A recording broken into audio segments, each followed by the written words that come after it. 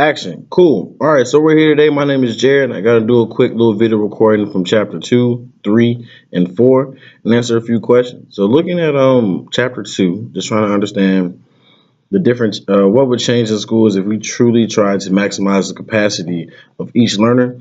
I truly believe that there would be a sense of a mixed salad approach when it comes to teaching. I believe that students would have the opportunity to differentiate in different sections, and some students could work on either a formative assessment or a summative assessment or some way that is tailored just to them and where their standards are, as far as either being a bubble student or a low student, and getting those high students the true rigor they need. Then also making sure, giving students the idea that it's okay to struggle. It's all right to be, I don't know what's going on, and that trying and when they continue to try until they get it, that perseverance is really what that would be so cool if we can maximize capacity of every single learner in the classroom, because they'd be willing to try or go the extra mile to get the next level, and that's what we try to reach for.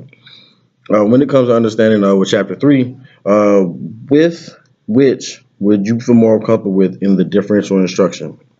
And one thing that I've been struggling with the most will probably be the roadmap to assessment, and understanding that each assessment leads to another assessment, it leads to another assessment, and thus the end goal would be the quiz or a test at the end of the day. And that's something I need to really work on, just because I don't feel comfortable as far as tailoring assessments to that. I'm still trying to get my lesson plan working. But when it comes to making sure all learners are engaged, that is my thing. I want to make sure that all my students have the ability to be engaged in the lesson and want to know more about it.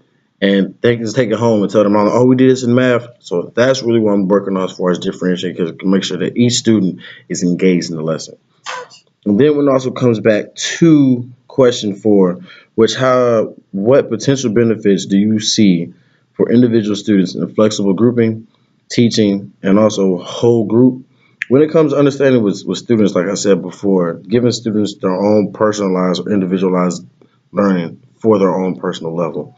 I think that honors the students' differences and also learning styles that takes for students to understand any kind of form of language, math, or knowledge at all. Excuse me.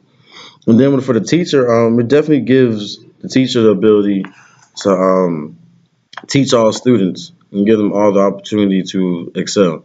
It makes the teacher's job not say easier, but a point where they're doing their job as teaching, and so that students are learning.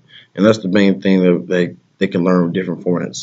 And last but not least, when it comes to the whole group, it gives the opportunity for students to either have two different types of opportunities of knowing who people are in different levels. So you can have similar groups where you have all the lows together and they're struggling with a certain assignment, or you have the high students who are working together like, oh, it's easy, so they keep on going up. But then you have opportunity where you can have the mix between the highs and the lows, and they work together. So that is just my quick video recording of myself. Jared Bell is out. Thank you.